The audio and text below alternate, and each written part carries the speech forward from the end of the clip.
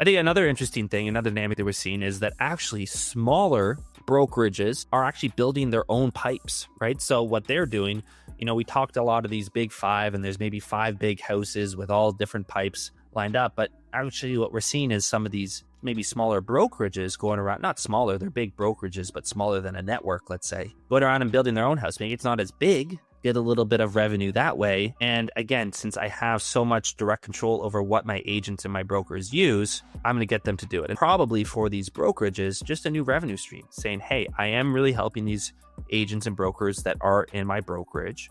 This is an easy way that I can fund helping them, right? If I make my own platform, I get some revenue from the lenders, the agent doesn't have to pay, and I'm actually able to support them in a much better way. Hello, everyone. Welcome back to another episode of Mortgage Tech Talks. Today, we're going to do something a little bit different. I'm going to walk you through a story, a phenomena, so to speak, that exists in the mortgage tech industry that really drives just about all of the behavior that you see. There's a lot going on in mortgage tech, but this underlying current, this thing that happens that is a secret but not so hidden secret, really drives all the decisions. And I think it is a complex topic, but it is very important to know because once you know it, it just explains so much of everything that we see as it relates to mortgage tech. So that's what I'm going to try and do today is walk you through this thing, how it works, how it came to be, and what that means today for you and your mortgage business. It's a lot to unpack, but I think we can do it in this episode. We'll see you on the other side. Okay, so what is this crazy phenomenon that I'm referring to after that cryptic intro? Well, it's pretty straightforward.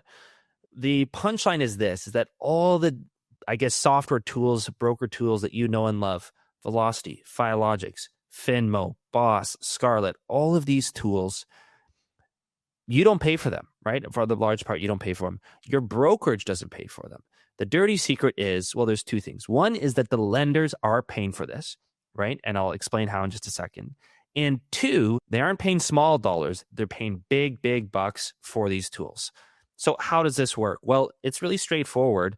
This was established a long time ago, and we'll get into the history in just a second, but it was established a long time ago that, hey, if I'm a broker and I submit a deal through whatever platform to Scotia, let's say, well, then Scotia will pay what they call maybe a referral fee to that origination system to say, hey, I got this deal because your system is so good, and I want to pay you a fee to say thank you, and here it is. So that money that's paid from the lender to these platforms is, like I said, big, big, big bucks. How big? Well, let's actually get into it here. We can get very specific about how big. Let's get into the numbers. I'm a numbers guy. Let's start there. And then we'll maybe wind back a little bit and talk about the history and where we're at now. But I've said big about 10 times already. For risk of sounding like a broken record, let's actually get into specifics. So it's tough to know exactly how much is going on, but we can get some hints. And the best hint that we can get is from DLCG. They're a public company, right? So we can go on their website and we can see a lot of their financials and what they talk about and think about as it relates to these fees. Of course, they have Velocity, which is one of these origination platforms. So we can really dig into it here. First thing I'm going to pull up is, I'm just looking over here on my screen, is understanding the Canadian mortgage market. So you can see here, basically they say, okay, the LCG is about 21% of the broader broker channel, and the broker channel is 48% of the entire mortgage industry, all the originated volume. So this is the total amount, 654. And if you go into it a little bit deeper, you can see, okay, this is based on CMHC data, residential data. 654 billion is how much was originated last year in mortgages. And I guess maybe it was CMHC again, estimates that 48% of that went through the broker channel. So let's forget about DLCG. This is just good numbers to understand the broker channel first. And so if you just say that, okay, 48% of 654 billion, I think it works out to about $315 billion that is originated through the Canadian broker channel every single year. Okay, that's interesting right there. So let's just take that number, 315. We'll put it in a box. We'll get to that in a second. So 350. The next thing also in the DLCG presentation, so anyone on the investor team over at DLC, appreciate you obviously sharing this information, is this one here. So bit of a crazy slide, lots of numbers on it, but I'm going to focus on this column here, which talks about 2024. And what I see here is that they funded about 67 billion, So that is DLCG. That's how you get about the 20% they said. So 67 of that 315 was DLCG. So they have 67 billion. But I don't care about the percentage as much. I care about that absolute number. So 67 billion. And I care about this number here, which is Newton revenue. So you can see lender fees on funded mortgage volumes. It's exactly what we're talking about. And so if you just do the math on that, you say, okay, for 67 billion, now there's a little bit of nuance here because it's actually the entire network. And, we really want to get a number of just how much was originated through Newton, but I think it's pretty close to 100%. Everything I hear from them, they've done a real good job of really penetrating their own market and getting people to use it. So just for sake of round numbers, let's just say all 67 billion was originated through Newton. And for that, they got $20 million.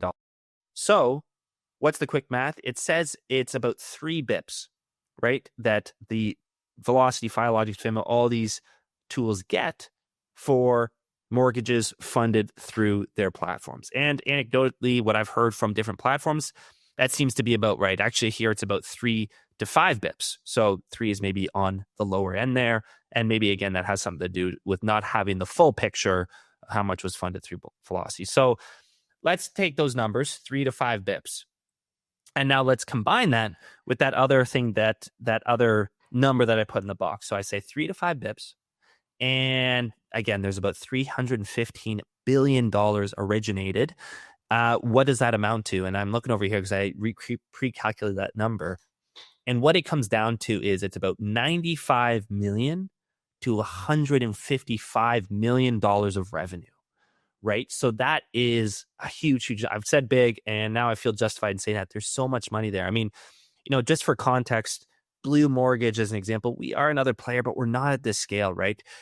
We charge about $1,000 a user per year, more or less, a little bit more.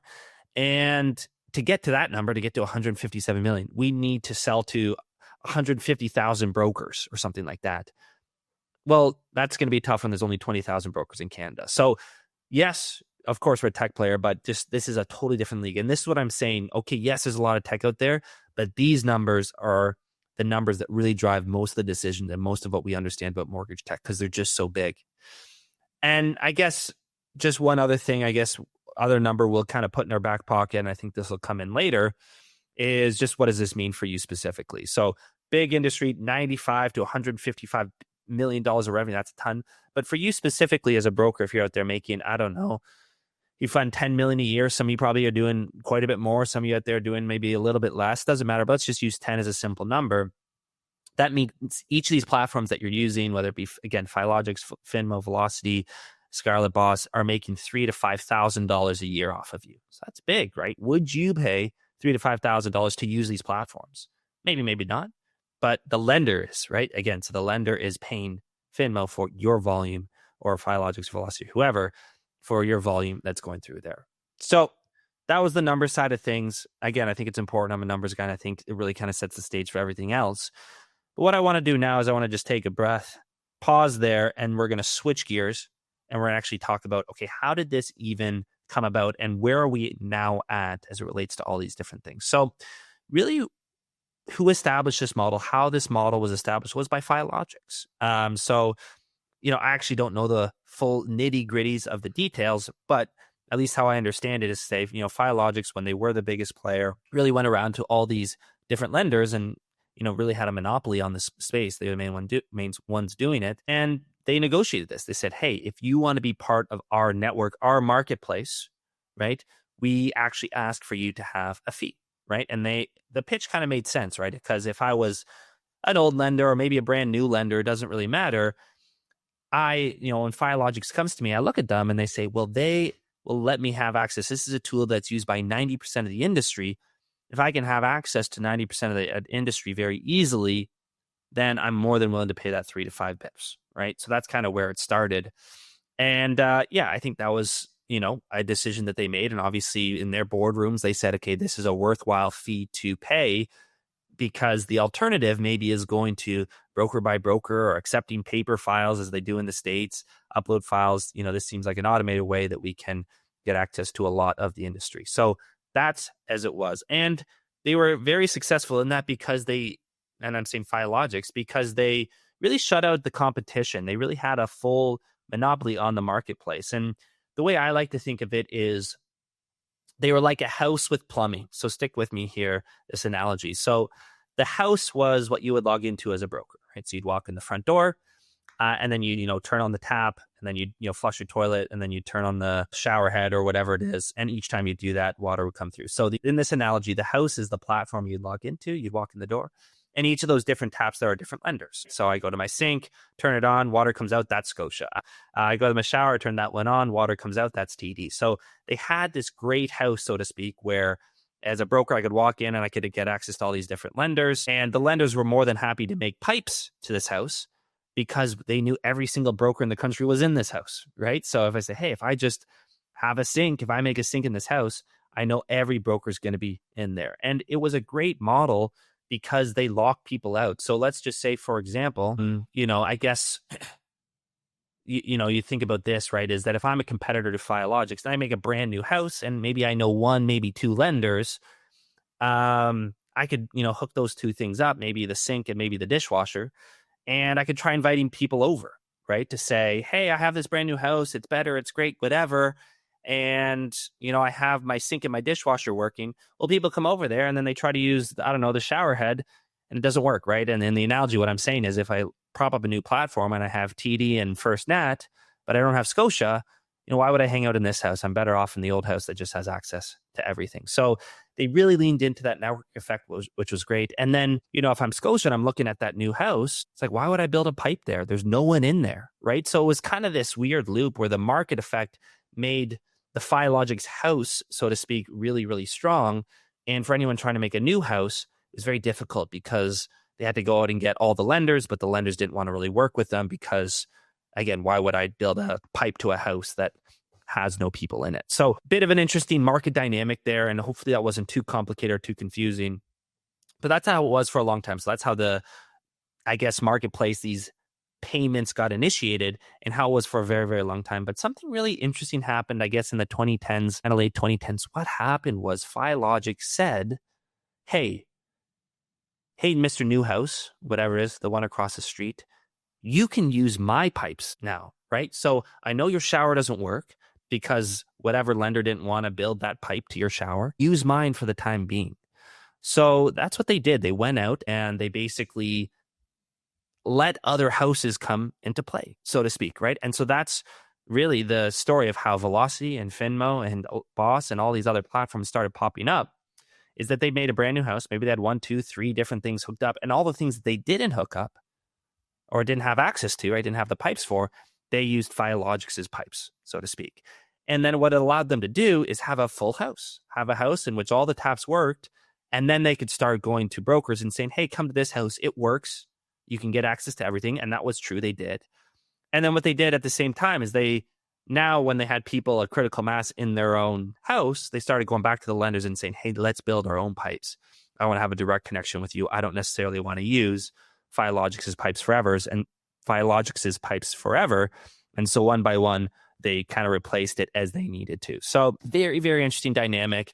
There's a lot of, commentary, I'd say, in the tech space about, hey, was that a good move by Filogix to let these new houses use their pipes? I mean, they made money on it. They didn't just let people use it for free. They charged, right? So if I use a new house and use Filogix pipe, I'd be paying big bucks to Filogix. But it also, so there's a huge revenue source for them, which was great. But at the same time, it allowed these competitors come up. And in the long term, maybe, I don't know if it was the right move. So I don't want to make a lot of comment about that, but that just is, the history there, where we're at now. And how I like to think of it is there was a big honeypot, and there still is, but Filogix was this big honeypot. And now that honeypot is starting to spill a little bit, right? And there's honey all around, and now everybody wants to come in and take their own little piece of it. Okay, so we talked about numbers, how much money really is in this, which is crazy. We talked about the history, how it used to be Filogix. They established the model, how they had a great marketplace dynamic that ensured their monopoly. But then when they started lending their pipes around, it enabled competitors to come up. And now we have, 5 or so competitors who are all competing quite fiercely. And so that dynamic and that context, I think, is now important for anyone listening, saying, why do I care about all this? Thomas has been talking about market dynamics and numbers for 15 minutes. Why does it matter? Well, I think it explains a lot that goes on in the marketplace. So couple things that I see right off the bat that I'm seeing today in the market that I think people should be aware of. So first of all, it's an important question to ask is like, hey, why are all these softwares free, right? I go around and every other software that I do have to pay money, Blue Mortgage, I got to pay money, all these different ones. But for my deal submission platforms, it is free. And they provide really good support. Admittedly, they really do. And I think, so that's a small thing there. Okay, why are these free? And I think that answers the question. But I think the more interesting thing is I think it really answers the question of why some of these big networks, let's call it DLCG, we talked about them earlier, M3 as well, though, are really pushing their own platform, right? So what they said as a strategic play is they said, hey, I see this honeypot, so to speak. I see that it's spilled. I think I can get quite a bit of that honey. I can get a lot of it for myself, and I'm going to do it using my existing network that I have, right? So I have access to all these little brokers across the country. I'm going to build a software, and I'm going to use these two things together to allow me to get some of that revenue on the software side. So again, I think that explains, hey, why did these networks and brokerages get into the software game in the first place? Yes, they're providing tools. Yes, they want to enable people to be the best brokers. I think that's all true. I'm not taking away from that. But I also think there's part of it where there's a huge revenue side of things. And also why they're so particular about people using their software. I think that's an important one. It's like, hey, if they were just building tools to help people, then at the end of the day, they'd say, hey, do you know what? We're just trying to help you, but if X or Y tool is better for you, go use that. But we've seen dynamics that aren't so much the case. And again, this is probably why, right? And there are other reasons like compliance and like payroll that make things better for the brokerage. So not going to take away those. Those are absolutely true. Trying to do compliance or payroll when people are and your brokers are on 10 different systems, that would be difficult. So there are benefits, but this is another maybe unspoken benefit to it. Right. So I think that needs to be said and people to be aware of it. I think another interesting thing, another dynamic that we're seeing is that actually smaller brokerages are actually building their own pipes. Right. So what they're doing, we talked a lot of these big five, and there's maybe 5 big houses with all different pipes lined up. But actually what we're seeing is some of these maybe smaller brokerages going around, not smaller, they're big brokerages, but smaller than a network, let's say, going around and building their own house. Maybe it's not as big, but they're saying, hey, I can build a house. I can just use Filogix's pipes. And now Velocity actually offers their pipes to people. Hey, could I build my own house, get a little bit of revenue that way? And again, since I have so much direct control over what my agents and my brokers use, I'm going to get them to do it. And so again, we've seen that on a previous episode. I talked about Pineapple Plus. I think 812 is doing that. I know Vine, if they're listening, anyone on Vine is listening, they built their lender key. And again, all of these are probably for these brokerages, just a new revenue stream saying, hey, I am really helping these agents and brokers that are in my brokerage. This is an easy way that I can fund helping them, right? If I make my own platform, I get some revenue from the lenders. The agent doesn't have to pay, and I'm actually able to support them in a much better way, right? So I think that's another interesting dynamic that we see. And then finally, I think another thing, just to close it out, is why do we continue to see more and more services coming out of these platforms, again, at no extra cost, right? So simple things like CRM, of course, we see that. Payroll, we've talked a little bit about, but that's generally included in these platforms. Even the AML stuff that started coming out last year, again, that's compliance that helps brokerages. But again, all these little tools make these platforms more appealing so that people log into them, use them more, and then finally submit through whatever platform. So that's hopefully starting to explain it. And I think, and I hope people who are listening, the wheels are starting to turn, or certain things are looking, clicking into place and saying, hey, oh, that's why my broker owner is really pushing this platform. Oh, hey, that's why, this new tool that came out was just free. That's amazing. I'd love to use it. Sometimes you'd like to think that people are just benevolent, and maybe there's a piece of that. Of course, people want to help people. I believe in that strongly, but there's other motivations absolutely too in the world. And this is one of them there. So I think that clicks into place hopefully a little. So the final thing that I want to wrap up, and then I promise I'll stop here. I get so excited about this type of topic. I love sharing it. But where I'll wrap up here is just to talk about, okay, what does this mean in the future? And this is where we get to dream a bit. And I couldn't do it. I couldn't go a full episode without talking about AI. So I think, to think about this is 90 to 150 million. That's a lot of money. Maybe for the lenders, it's not so much, but it is real money, right? It's not nothing money. And the point I'm saying is, as I look into the future, there is a very real incentive for lenders out there to say, I just want to stop paying this. I don't want to pay this anymore, which I think is a real serious thing to think about. And I talked about the AI side of things. I think, okay, if we're going into a world where there's a lot of AI agents out there, we've all heard of agentic AI, where you just kind of give it a task and it's very good at it, and it interacts with other agents and just kind of drives efficiency that way. What if there is an agent out there, or an AI agent, let's say, that the lenders make, right? Where their job is to interact with you as a broker to, just collect the details of a particular deal, documents related to it, really everything that you normally put in your deal submission platform. Now an AI agent is just asking you that, right? Almost in natural language. It's like getting on the phone with someone, you're just explaining it to them and they're collecting that information. That's interesting. But what's even more interesting is that, hey, maybe there would be an AI agent version of you, right? That's representing you, that's going through your inbox, pulling out the necessary information. And these just two agents start interacting with each other to actually write the deal and send that information. In that scenario, in that hypothetical situation, looking into the future, maybe these deal submission platforms aren't needed, right? That could be a very real future. And so maybe not. I like to dream. That'd be a very interesting future. But I think what is interesting is to say, okay, if that were to happen, if that did happen, all the dynamics I just talked about would change. People wouldn't care what you use because, hey, now I'm not making money from the lenders anymore. But also things would stop being free, right? That, hey, now I used to be able to give this to you for free because I was making money on the back end. Now I'm not anymore. Whatever is going to be a charged fee.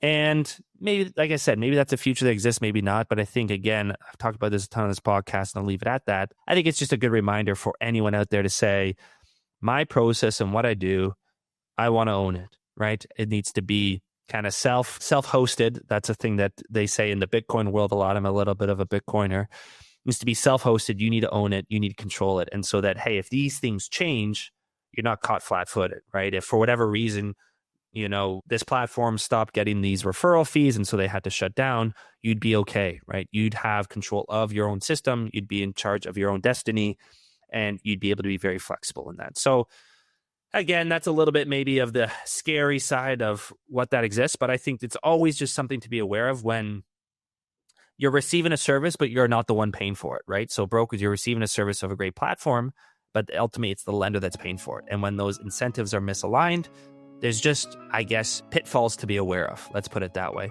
And I'm not saying we're going to fall into one of those. Don't take it that way. If anyone on the platforms out there is saying, hey, why would you say that, Tom? That's not going to happen. You're right. Maybe it won't happen. I don't know. But I think it's at least a possibility that brokers need to be aware of. So I'll stop there. Big ramble, but I just, like I said, find this stuff so interesting. Talked about the numbers, how much money is involved in this, the full story of how there's a network effect, Filogix, what it means today for you as a mortgage broker and the tech and support that you are receiving, and what the future could look like as these trends evolve with both AI and, like I said, different incentives going on. So a lot to unpack. I hope this was useful. I hope you find this as exciting as I do. And as always, thank you so much for listening. We'll see you next week.